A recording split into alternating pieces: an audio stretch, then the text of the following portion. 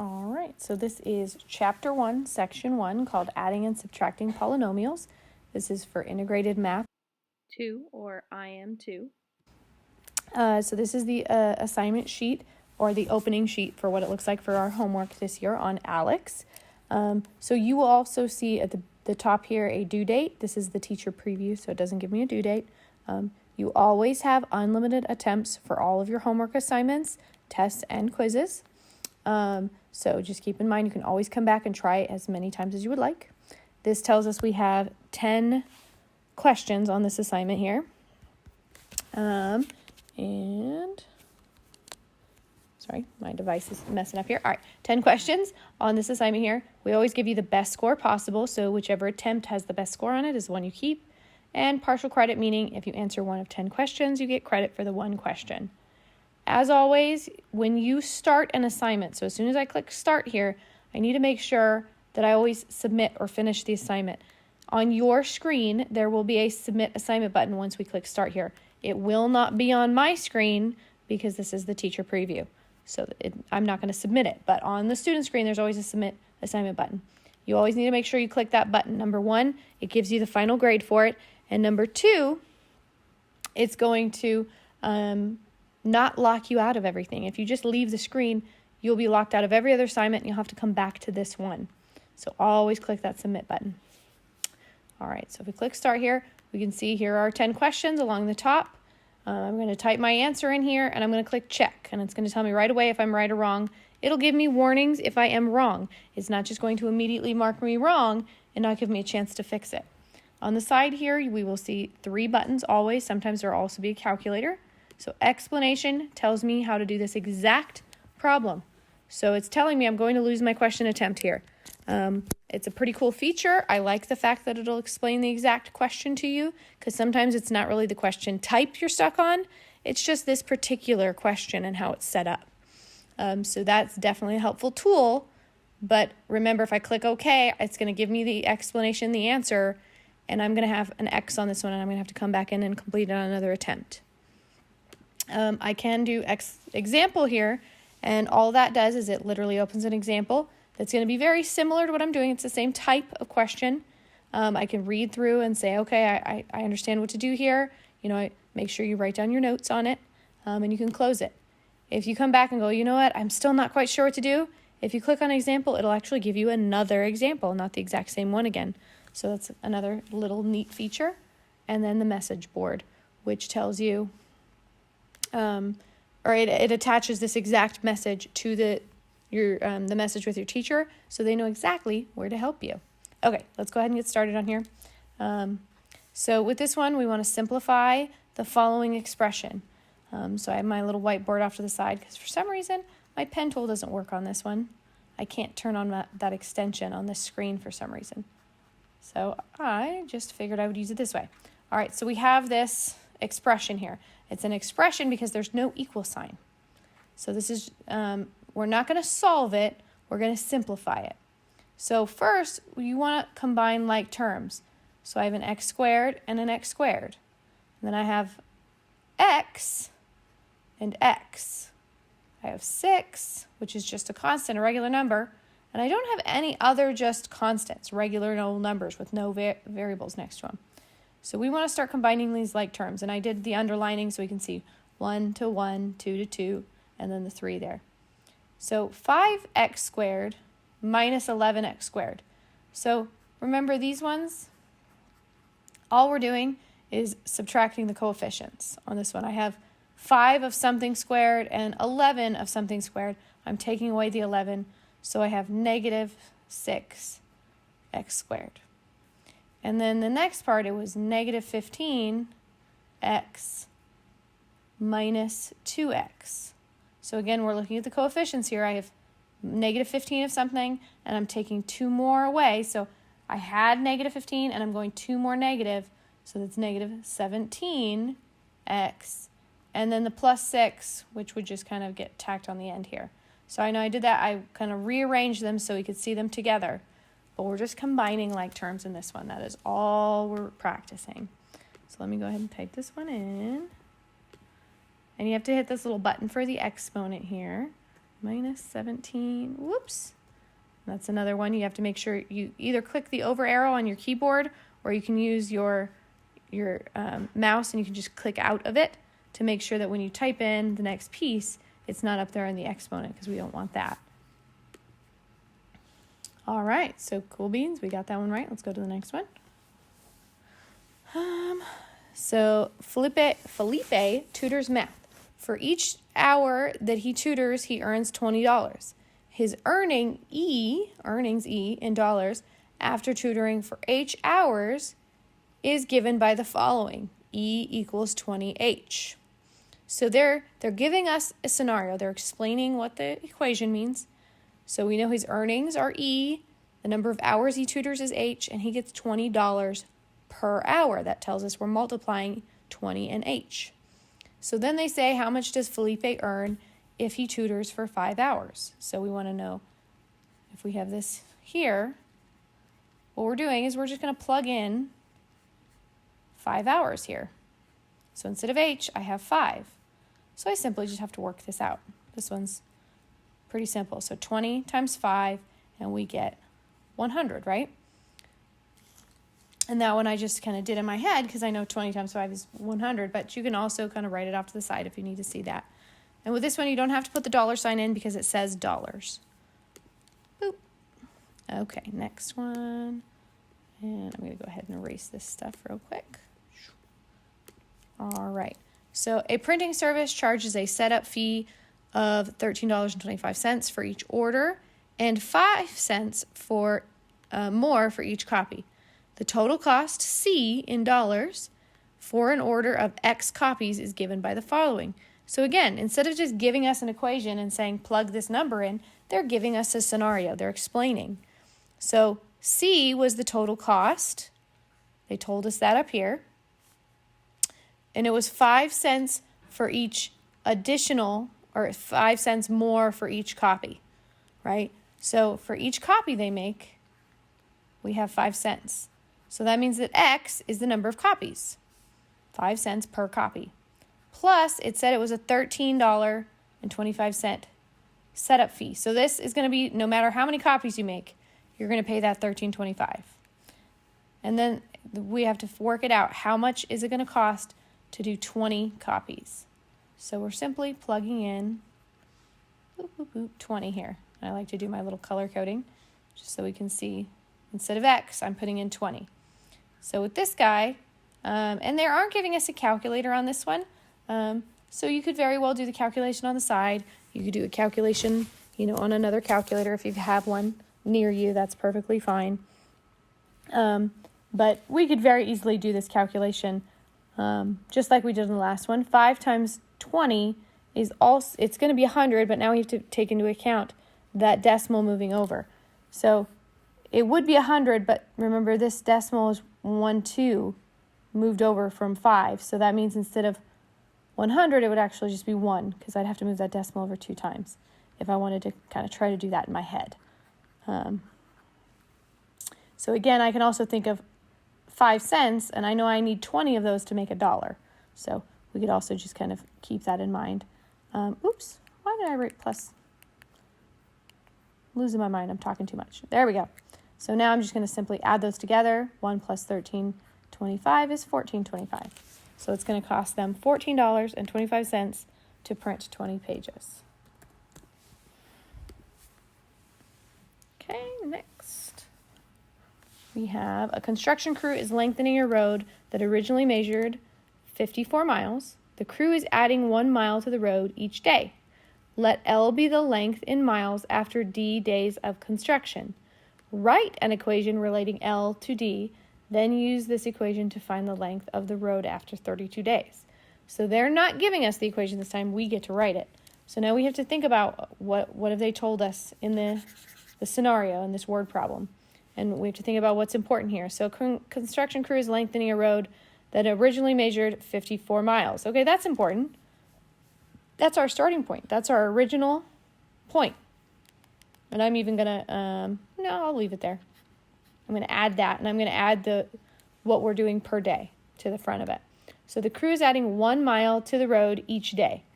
So I know it's 1 mile, and this is a number 1, not an L, each day. So we want to know how long will the road be. The L is the length after D days of construction. So we want to use a capital D there, 1 mile per day. So really, it's not going to affect it. It's going to be the number of days. If they work for 1 day, it's 1 mile. If they work for 5 days, it's 5 miles. So this 1 isn't necessarily going to stay. And we would have L equals or equals L. You could put it on either side. So we start at 54, and we're going to add a mile every day that they work. So this is our equation. And we want to make sure we use capital L equals capital D plus 54. We do not need to put the 1 on the front here. It might let us submit it, but it would definitely warn us on that one. We do not need that 1 there. And then we want to know 32 days. So with this one, L equals 32. It would be 32 times 1, but that's just 32. So we simply just add these guys together, and we'd get 6 and 8. So after 32 days, this is going to be 86 miles long. All right. Anne is a software saleswoman. Her base salary is $1,800, and she makes an additional $40 for every copy of History is Fun she sells. I've heard this one also, Math is Fun. Let P represent her total pay in dollars, and N represent the number of copies of History is Fun she sells. Write an equation relating P to N, then use this equation to find her total pay if she sells 21 copies of History is Fun. All right, so we have to go back to that first piece here and kind of break it down. What are they telling us? So Anne is a software saleswoman. Not really important, but it gives us, a storyline there. But it's not necessarily important to our equation. Her base salary is $1,800. That's important. That's our starting point. So no matter what, she gets $1,800. And she makes an additional $40 for every copy. So this definitely lets us know that she gets $40 for each copy she sells. We need to make sure we use the right variable here. We don't want to use something other than the variables they give us, because we could write the equation perfectly fine and even get the right number down here. But if we don't use the correct variables that they gave us, it will be marked wrong. So this will equal her pay. They told us P for her total pay, because her $1,800 no matter what. And then for every single one she sells for this History is Fun, she gets another $40. So if she sells 0, she doesn't get anything extra. She sells 1, she gets $40 extra. 2, she gets an extra $80. So we can see that pattern start to happen. It's just $40 increase every time that she sells one. So then we're going to plug this in, and we're going to do boop, boop, P. And we're going to do 21 books, because if she sells 21 copies, we want to know how much money has she made. So with this one, and you can even do the same thing I was doing with that, 5 cents and the 20 here. So we have 21, I can say times 4. So that would give me 4 and 8. And then I just have to put a 0 on the front. Or on the back, sorry, not the front. Because I ignored that 0. So she wouldn't get $84, she'd get $840. Plus $1,800, because she's going to get that no matter what. And we just have to add these two guys together. So we get 0, 4, 16, and 2. And that's going to be her total pay there. So sorry, I did that sideways. I was just matching up the columns there. All right, so let's go ahead and type this one in. And it shouldn't give us any grief for me putting the P on the other side here, like this. Oop, but it would give me grief, I think, for a lowercase p. And this is going to be 2,640. Another thing it will give me grief for is if I don't put this comma in. It shouldn't mark it wrong, but it's definitely going to tell you that's not the correct way to write it. Yay! So, and I could have also said P equals 40N plus 1,800. That's perfectly fine. You can kind of flip-flop pieces around there. And even the 1,800 and the 40N could have switched positions. As long as I'm not dealing with negatives, or I make sure I bring the negative with it, if it does have a negative, then it's okay to kind of write it in multiple ways. Or there's multiple ways to write it. I think that's a better way to say that. All right, I'm going to go ahead and erase these real quick. Doop. All right, A car rental company's standard charge includes an initial fee plus an additional fee for each mile driven. The standard charge, which is S in dollars, is given by the function S equals, and sorry, my S's look like 5s, $18.95 plus 0.5 M. And M is the number of miles driven. The company also offers an option to insure the car against damage. The insurance, I, is given by the function I equals $4.90 plus 25 cents M. And then we're going to let C be the total charge for a rental that includes insurance. Write an equation relating C to M. Simplify your answer as much as possible. Okay, so with these two guys, and we want to keep in mind, they didn't really explain the numbers here, but we can kind of break it down and think about this. If it told us there's an initial fee, well, that's something we're going to pay no matter what.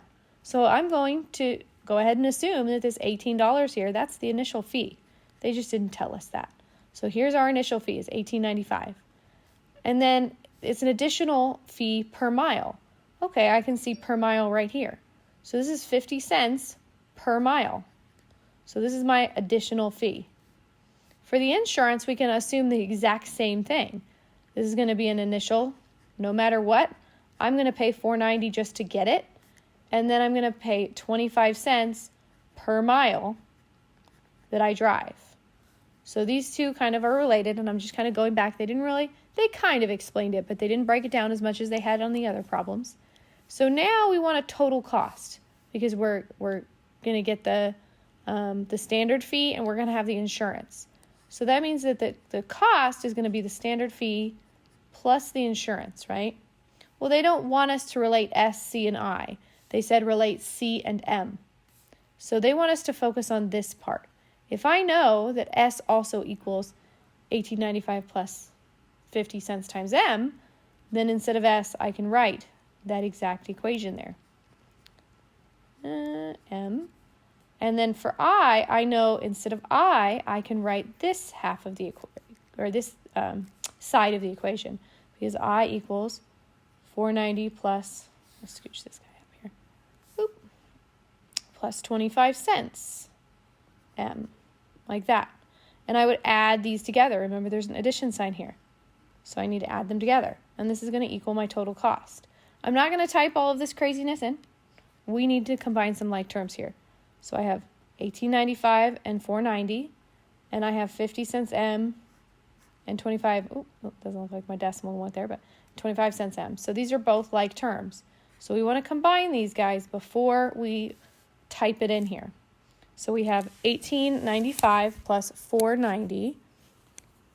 And we want, let's see, if we add these together, we would have 5.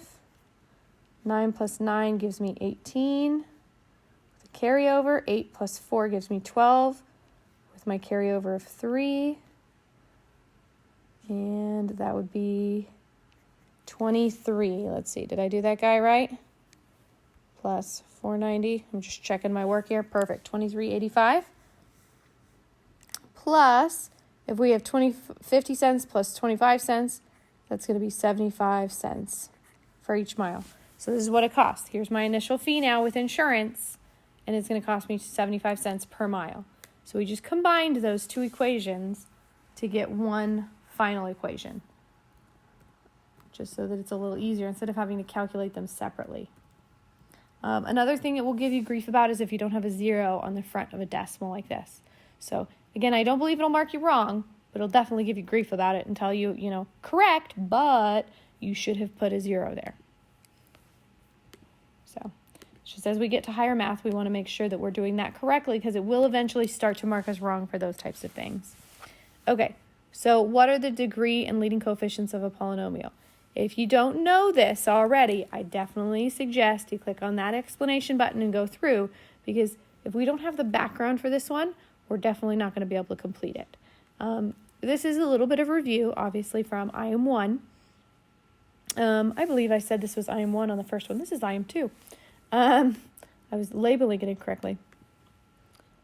So if we click on the explanation button, it's just going to go through and it's going to explain it to us real quick. So here's a problem similar to what we have, and we want to write it in standard form. And what that means is we want to rearrange the terms so the exponents on the variables decrease from left to right. So if we notice it was 3, then we had, no variable here. Now we have a variable, just by itself, just v. I v to the 7th, v to the 9th. Well, now these are the exact same numbers, but now it goes 9, 7. This v is, remember, there's technically a 1 here. So it's counting down on my exponents. That's what it means to decrease from left to right. And then the degree is going to be the exponent of the variable that's on the front here. So the degree here, we look at the first term and we say, okay, the degree is going to be 9.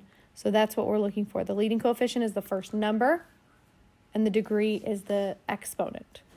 And this is just a way for us to start to not only put them in the correct order, because that's actually very important when we're adding like terms and we're lining things up later, but it's also to identify these pieces, because this will help us with solutions later if we know how to do this.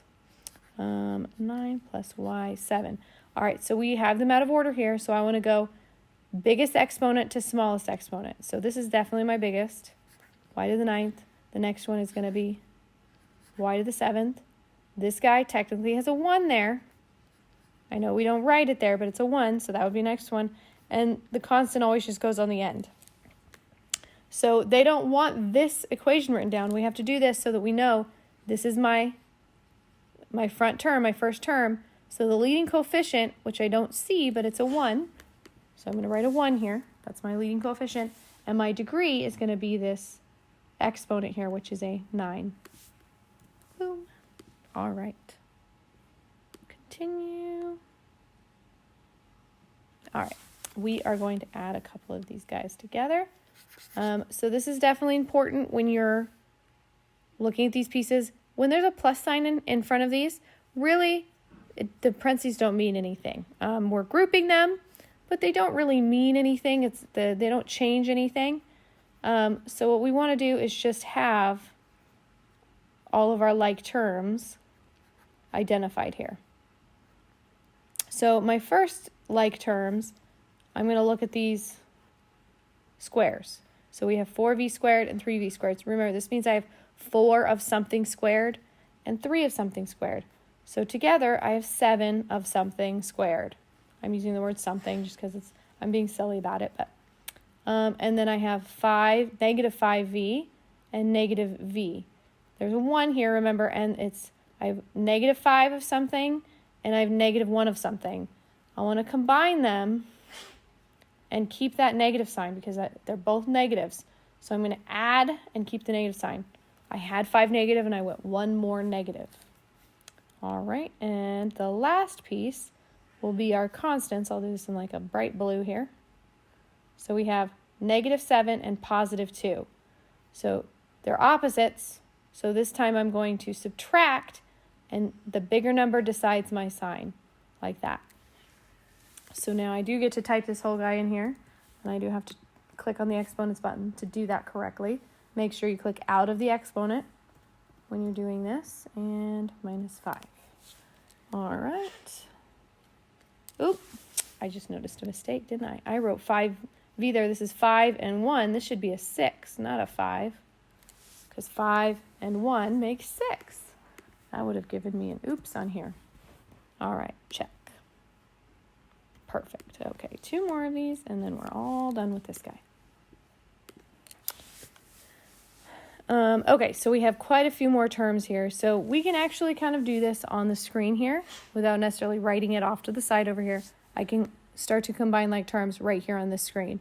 So I have negative 5, 8, and keep in mind, this is an important piece, and I am going to write this over here. So it's negative u squared minus 6u minus 4. This negative gets distributed. And what that does is it means that each one of these really is going to flip signs like this. So it was a positive 8u, now it's a negative 8u squared. It was a negative 6u, now it's a positive 6u. It was a negative 4, now it's a positive 4. So they just flip the signs. So we do need to keep that in mind when there's a negative outside of the variable like that, okay? So now we have -5, +8, -8. Well, the +8 and the -8 are going to cancel. So I'm only going to have -5 left over. Oop, I forgot the u, dang it. U, there we go, now squared. So again, this was a +8u. This becomes a -8u. So those two cancel out. That's why I'm ignoring them and saying, well, those are 0. Positive 8 minus 8 is 0. All right, so the next piece we have u, -5u, -7u. So those are both negatives. I'm going to combine and keep the negative sign. So that's -12u. And then remember, this became a +6 because of that distribution of the negative sign. So -12u plus 6u is going to get me -6u. So that's what I'm actually left over with. Because -12u plus 6u, I've taken into account the negative and positive. But I subtract, and the bigger number decides my sign there. So 1 and 3, these are positives, so this gives me 4. And then remember, this was a negative and a negative, so that gave me another +4. So 4 plus 4 gives me 8. I hope that wasn't confusing necessarily doing it that way. It was just matching it up. But you can do it that way if you like having it written out, by all means. I would definitely write it out if that was confusing at all, kind of having me go back and forth. Definitely write it out and match them up on paper.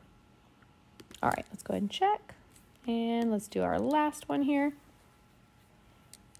Okay, so this one I am going to write out just because it's a little different. Now we have multiple variables here. So we have 6x squared y cubed plus 7x cubed y squared minus y squared.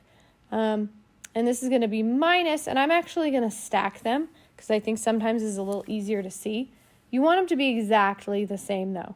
So I need this one to be x cubed and y squared. That's actually my middle term here. So I'm going to put it under here, x cubed y squared. So I'm rearranging this one so that it matches and it lines up perfectly. My middle term here is -4 x squared x squared y cubed. I can say that. So -4 x squared y cubed. And then my last term there is plus 3y squared. So now, the only thing that I do want to take into account is this negative. It's not always easy to remember to apply that. So I'm going to go through and I'm going to change my signs really quick. So I'm going to give that negative, I'm going to distribute that negative to each piece. So it's going to become +4, +2, -3. And now I can add because I already distributed that negative sign. So I don't have to worry about that distribution each time. I can just add straight down. So now I have -y squared minus 3y. So that gives me -4y squared. And because these are the same, I know all I'm going to do is add the coefficients on these guys. So it's 7 plus 2, and that gives me 9. And then on this one, again, I'm just going to write down the exponents here, and I'm going to add the two pieces on the front, those two coefficients. So I need to make sure I type this in carefully so that I get all of my pieces the way they need to be. Plus 9x cubed y squared minus 4y squared. Okay, so let's make sure. Yay, we did that one right. All right, so that was section 1, and I will see you in section 2.